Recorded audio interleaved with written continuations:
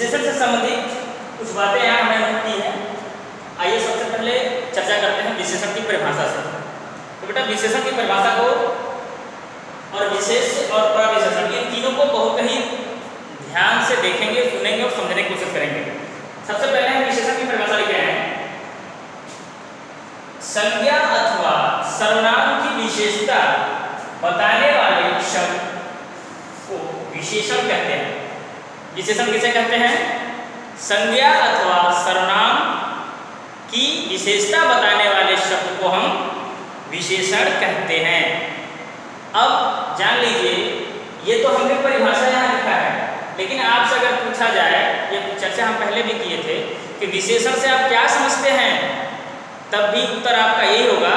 यानी शुरुआत करेंगे, जो शब्द संज्ञा अथवा सर्वनाम की विशेषता बताते हैं उसे विशेषण कहते हैं, या फिर संज्ञा अथवा सर्वनाम की विशेषता बताने वाले शब्द को विशेषण कहते हैं। आप शब्द को पहले भी ला सकते हैं और बाद में भी ला सकते हैं। दो तरीके से परिभाषा बता सकते हैं विशेषण की। यानी जो शब्द संज्ञा अथवा सर्वनाम की विशेषता बताता है उसे विशेषण कहते हैं, या फिर संज्ञा अथवा सर्वनाम की विशेषता बताने वाले शब्द को विशेषण कहते हैं। ये बातें आपको बिल्कुल ही जुबानी लर्न होनी चाहिए, याद होनी चाहिए। ठीक, जैसे देखते हैं कुछ एग्जाम्पल। काला आदमी। अब ध्यान रखिएगा, हमने परिभाषा में कहा है कि संज्ञा अथवा सर्वनाम की विशेषता बताता है। विशेषता का मतलब समझ रहे हैं, उसकी विशेष जानकारी देना, उसके बारे में कुछ और अधिक जानकारी देना। ध्यान से देखिएगा सभी को। आदमी हमारा संज्ञा शब्द बेटा, आदमी संज्ञा है, हालांकि संज्ञा के भेद में भी आएगा वो, पर हम जानते हैं कि आदमी शब्द क्या है हमारा संज्ञा। अब ध्यान रखिए, इस आदमी की विशेषता यानी इस आदमी के बारे में एक काला शब्द लग जाने से हमें यह दर्शा रहा है कि आदमी कैसा है, काला। आदमी कुछ और भी हो सकता है, आदमी गोरा भी हो सकता है, पतला भी हो सकता है, मोटा भी हो सकता है, लंबा भी हो सकता है, ठीक है, दुबला भी हो सकता है। इसके आगे कुछ भी लगाते जाएंगे बेटा, आदमी की विशेषता प्रकट करने के लिए जो भी शब्द लगाते जाएंगे वे क्या करेगा, इस आदमी की विशेषता बताने लगा। यानी इसके आगे कोई जरूरी नहीं कि काला ही लगेगा, काला की जगह मोटा आदमी लिख दें, छोटा आदमी लिख दें, बुरा आदमी लिख दें, अच्छा आदमी लिख दें। ये सब क्या होगा, आदमी यानी संज्ञा की विशेषता। तो इसमें जो काला है बेटा, यही हमारा क्या है, विशेषण है। क्यों? क्योंकि इस आदमी संज्ञा शब्द की विशेषता बता रहा है। परिभाषा भी हमारी विशेषण यही कहती है, संज्ञा अथवा सर्वनाम। इसमें भी सर्वनाम नहीं आया हुआ है, सभी मैक्सिमम संज्ञा के ही है। तो संज्ञा की विशेषता बताने वाला विशेषण, सर्वनाम की विशेषता बताने वाला विशेषण। अब एग्जाम्पल देखते हैं, सुंदर लड़की। लड़की बेटा हमारा संज्ञा शब्द है और विशेषण क्या हुआ, सुंदर। अब उसी तरह बात हुआ, लड़की संज्ञा शब्द है, लेकिन लड़की की विशेषता बताने के लिए किस शब्द का इस्तेमाल हुआ है यहाँ पर, सुंदर। सुंदर शब्द क्या हुआ हमारा, विशेषण। बात समझ में आई? उसी तरह अन्य एग्जाम्पल देखिए, चार केले। केला बेटा हमारा संज्ञा शब्द है, लेकिन संज्ञा की विशेषता बता रहा है, चार शब्द लग जाने से केले यानी इस केले की क्या कर दे रहा है, विशेषता बता दे रहा है। अब इसमें 4 केले कहें या 10 केले कहें, 5 केले कहें, ठीक है, ये संख्यावाची विशेषता बताने लगा। इसका कैसी विशेषता बताने लगा, संख्यावाची। अब ध्यान रखिए, इसमें देखिएगा, ये काला भी विशेषण है, सुंदर भी विशेषण है और 4 भी विशेषण है। तो ध्यान रखिए, इन दोनों में तो लगभग समानता है, काला सुंदर। क्यों? क्योंकि यह किसी व्यक्ति या वस्तु की सुंदरता का वर्णन कर रहा है, उसकी स्थिति का बोध करा रहा है, उसका रंग रूप आकार। यहाँ पर इसके गुण की चर्चा हो रही है, अच्छाई। लेकिन यहाँ 4 क्या है, ये संख्यावाची है, 4 संख्यावाची है। तो इसका मतलब विशेषण शब्द जो होता है, संज्ञा और सर्वनाम की विशेषता जो बताता है, कभी गुण आकार रंग रूप दशा अवस्था का भी बोध कराता है, और इस विशेष यानी संज्ञा की कभी संख्यावाची विशेषता भी बताता है। इसको हम आगे सीखेंगे। क्यों? क्योंकि विशेषण के जो 4 पार्ट हो गए हैं, यही जो शब्द होते हैं बेटा, जो विशेषण बताते वक्त जितने शब्द इस्तेमाल होते हैं विशेषण के, उनको 3-4 भागों में विभाजित कर लेते हैं। वह कभी कभी किसी संज्ञा अथवा सर्वनाम की गुण, दशा, अवस्था, आकार, रंग, रूप, गुणवाचक विशेषण में बहुत ज्यादा आ जाते हैं, इसलिए उसको गुणवाचक विशेषण की श्रेणी में रख सकते हैं, काला, सुंदर को। और 4 के लिए 4 संख्यावाची विशेषता बता रहा है, इसलिए 4 संख्यावाची विशेषण भी होता है, विशेषण का एक भेद होता है। ठीक, इतनी बातें आपको समझ में आई। अब हम जानते हैं कि विशेष्य किसे कहते हैं। ध्यान दीजिए, जिस शब्द की विशेषता बताई जाती है उसे विशेष्य कहते हैं। किसे विशेष्य कहते हैं? जिस शब्द की विशेषता बताई जाती है उसे विशेष्य कहते हैं। ध्यान रखिएगा बेटा, जिस शब्द की का मतलब क्या है, यानी वह शब्द संज्ञा अथवा सर्वनाम होगा। संज्ञा अथवा सर्वनाम की ही विशेषता बताता है ना विशेषण। तो जिस शब्द मतलब संज्ञा अथवा सर्वनाम की, इसको दूसरे शब्द में भी कह सकते हैं, संज्ञा अथवा सर्वनाम की विशेषता बताने वाले शब्द को विशेषण कहते हैं। यानी ये कह सकते हैं जिस शब्द से संज्ञा अथवा सर्वनाम की विशेषता बताई जाती है उसे विशेष्य कहते हैं। अच्छा भाई, अब ध्यान दीजिएगा, बस सिंपल आपको विशेष्य में कुछ नहीं करना है, इतना ध्यान रखना है कि विशेषण किसी न किसी शब्द की विशेषता बताता है बेटा, और वह शब्द कैसा होता है? संज्ञा और सर्वनाम, यही दो होते हैं, इन्हीं की विशेषता बताता है विशेषण। और ये जो संज्ञा और सर्वनाम शब्द होते हैं यही हमारे विशेष्य होते हैं। क्यों? क्योंकि इन्हीं की विशेषता विशेषण बताता है। इसीलिए हमने इसको इजी में लिख दिया था, जिस शब्द की विशेषता बताई जाती है उसे विशेष्य कहते हैं। ठीक, कुछ एग्जाम्पल के माध्यम से इसको समझने की कोशिश करते हैं। जैसे हमने लिखा है, इन्हीं एग्जाम्पल को जेब करके हमने रख दिया यहाँ पर, इसमें आपको विशेष्य भी मिल जाएगा, ध्यान से देखेंगे। काला आदमी, यह आदमी जो है बेटा, आदमी संज्ञा शब्द है, इसी की विशेषता बताई जा रही है। हमने कहा ना कि जिस शब्द की विशेषता बताई जाती है उसे विशेष्य कहते हैं। तो यह आदमी क्या हुआ बेटा? हमारा विशेष्य। आदमी क्या हुआ? विशेष्य। क्यों? क्योंकि काला इसी आदमी की विशेषता है। ठीक है, आदमी की विशेषता के लिए शब्द आया है काला। किसकी विशेषता बताई जा रही है? आदमी की। अगला देखते हैं, सुंदर लड़की। कौन सुंदर? लड़की। विशेषता किसकी बताई जा रही है? लड़की की, इसलिए लड़की क्या हुआ? हमारा विशेष्य। क्लियर? आगे देखते हैं, 4 केले। 4 क्या है? विशेषण है। 4 विशेषण है, किसकी विशेषता बताई जा रही है? केले की। ये जो केले हैं हमारे, ये हुए विशेष। बात समझ में आई? विशेष किसे कहेंगे? एक लाइन में उत्तर आएगा, जो शब्द विशेषण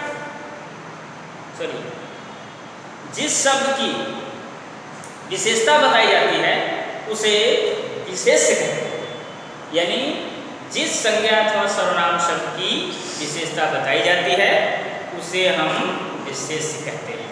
क्लियर? आइए अब दूसरी बात करते हैं। एक और बात है आगे इसमें प्रविशेषण की। तीसरा पॉइंट होता है प्रविशेषण, यानी जो विशेषण की भी विशेषता बताए। ध्यान से देखिएगा, जो विशेषण की भी विशेषता बताए उसे प्रविशेषण कहते हैं। प्रविशेषण किसे कहते हैं? तो एक लाइन में उत्तर आएगा, जो विशेषण की भी विशेषता बताए, जो विशेषण की भी विशेषता बताए उसे प्रविशेषण कहते हैं। ये बातें क्लियर है? अब आपको ध्यान देना है कि विशेषण तो खुद संज्ञा अथवा सर्वनाम की विशेषता बताता है, पर जो उस विशेषण की भी विशेषता बताने लगे उसे हम प्रविशेषण कहते हैं। जैसे बहुत काला आदमी, एक वाक्य लिखा हमने, बहुत काला आदमी। अब ध्यान रखिए, ये काला हमारा विशेषण है, आदमी क्या है? विशेष्य। अब इस काला विशेषण की विशेषता बता रहा है, कैसा काला? यानी बहुत काला। ये बहुत क्या है? प्रविशेषण। बहुत क्या होगा? प्रविशेषण। हमने परिभाषा बताई, जो विशेषण की ही विशेषता बताए। इस विशेषण काला की विशेषता बता रहा है कि काला सामान्य काला नहीं, बहुत काला। इसलिए जो शब्द विशेषण की भी विशेषता बताए उसे प्रविशेषण कहते हैं। क्लियर? अगला देखते हैं, बहुत सुंदर होती है, इसमें भी बहुत क्या है हमारा प्रविशेषण है। कुछ ऐसे वाक्य दे दिए जाए जिसमें से आपको कहा जाए कि इसमें प्रविशेषण, विशेषण और विशेष छाटिए, या फिर ऐसे वाक्यों में से कह दिया जाए आपको विशेष निकालिए, तो विशेष इजी में भी निकाल लेंगे। अगर आपसे कहा जाता है कि विशेषण निकालिए तो विशेषण भी निकाल लेंगे। क्यों? जब आप इसकी परिभाषा जानते रहेंगे तब।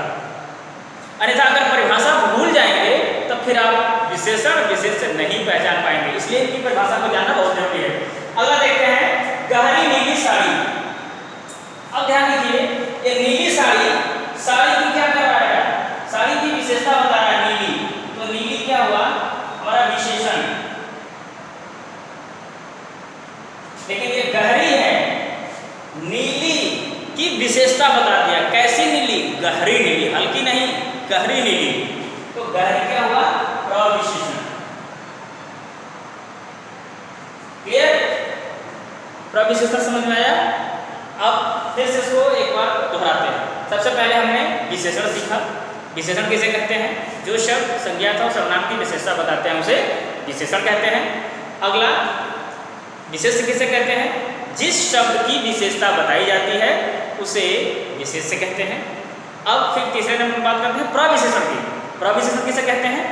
यानी जो शब्द विशेषण की भी विशेषता बताए उसे प्रविशेषण कहते हैं। क्लियर? अब बात करते हैं हम विशेषण के भेद। जैसे बेटा अब हम विशेषण के भेद को जानते हैं। विशेषण के मुख्य रूप से 4 भेद होते हैं। कितने भेद होते हैं? 4। ये संख्या आपको याद होनी चाहिए। हो सकता है एमसीक्यू टाइप के क्वेश्चन जब बने तो आपसे पूछ दिया जाए कि विशेषण के कितने भेद होते हैं, उसकी नंबरिंग दे दी जाए 4, 5, 8, 10। अब आप जब संख्या नहीं याद किए रहेंगे बेटा तो आप तुरंत गलत आंसर देंगे और 2 नंबर का क्वेश्चन होगा तो तुरंत कट जाएगा, इसमें कोई ऑप्शन ही नहीं है बचाने का आपका। इसलिए जितने भी व्याकरण के लेसन होते हैं, पाठ होते हैं, उनकी परिभाषा और उनके जो भेद होते हैं उनको बहुत ही बारीकी से अच्छे से ध्यानपूर्वक याद किया करें। इसलिए विशेषण कितने भेद? 4, क्योंकि सबके अपने अपने कुछ न कुछ भेद हैं। पिछले हम सर्वनाम पढ़े तो सर्वनाम के अपने कुछ 6 भेद हो गए थे। क्रिया पढ़ते हैं तो क्रिया के भी भेद होंगे, काल होते हैं काल के, सबके मतलब एक भेद हो, संज्ञा है संज्ञा के भी भेद है। तो ठीक है, तो विशेषण के 4 भेद कौन? पहला होता है बेटा गुणवाचक विशेषण, दूसरा होता है संख्यावाचक विशेषण, पर इनमें और भी बातें होती हैं उसको चर्चा कर लेते हैं। तीसरा होता है परिमाणवाचक विशेषण और चौथा होता है सार्वनामिक विशेषण। ये तो 4 बातें हुई। अब ध्यान रखिए संख्यावाची विशेषण में इसके भी 2 उपभेद हो जाते हैं। पहला होता है निश्चित संख्यावाचक विशेषण, दूसरा अनिश्चित संख्यावाचक विशेषण, और ठीक उसी प्रकार से परिमाणवाचक विशेषण के भी 2 भेद हो जाते हैं। और क्या होता है? पहला निश्चित परिमाणवाचक और दूसरा अनिश्चित परिमाणवाचक। अब हम सबसे पहले गुणवाचक विशेषण को समझने की कोशिश करते हैं। हाँ जी बेटा, सबसे पहले हम गुणवाचक विशेषण को जानते हैं। गुणवाचक विशेषण के एग्जाम्पल बहुत तेरे होते हैं बेटा। इसको हम कुछ बातें आपके सामने लिखे हैं, लेकिन इसके अलावा भी इनकी विशेषता बताता है। जैसे एक बार बुक में देख लेते हैं, गुण, दोष, रंग, आकार, स्वाद, दशा, स्थान, काल, इन सारी प्रकार की विशेषताओं का बोध कराता है बेटा गुणवाचक। यानी संज्ञा अथवा सर्वनाम की विशेषता बताने वाला जो सर्वनाम विशेषण होता है वह गुणवाचक विशेषण ऐसा होता है जो विशेषण संज्ञा अथवा सर्वनाम की रंग, रूप, दशा, अवस्था, आकार, प्रकार आदि से संबंधित विशेषता का बोध कर दे, उसे हम गुणवाचक विशेषण कहते हैं। गुणवाचक विशेषण की संख्या बहुत अधिक होती है और आपको गुणवाचक विशेषण पहचानने का आसान तरीका ये होता है बेटा, इनके जो अलग जो भेद दिए गए हैं वो दूसरा भेद है संख्यावाची, यानी ऐसा विशेषण जो कि विशेष की संख्यावाची विशेषता बताता है, और एक तीसरा होता है परिमाणवाचक, उसमें परिमाण मतलब माप तौल की विशेषता बताता है, और एक होता है सर्वनामिक, वहाँ पे सर्वनाम संख्या से पहले आकर विशेषण बन जाता है। तो इन तीनों को जब अलग कर लेते हैं, एग्जाम्पल विशेषण वाले आते हैं बेटा, वे सारे के सारे गुणवाचक में ही जाते हैं। इसलिए आप घबराएंगे नहीं। 3-4 ये 5 आपके जो पुस्तक में दिए गए हैं, रंग, गुण, दोष, अवस्था, आकार, आस्वाद, दशा, स्थान, काल, इनसे संबंधित भी विशेषता बताता है गुणवाचक। गुणवाचक मतलब समझ रहे हैं ना? जैसे रमेश ईमानदार लड़का है, ये ईमानदार बेटा है विशेषण पर कैसा?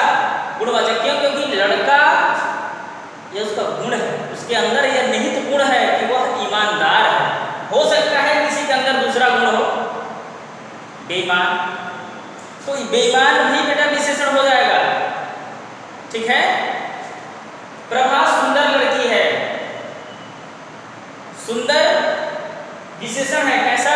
गुणवाचक।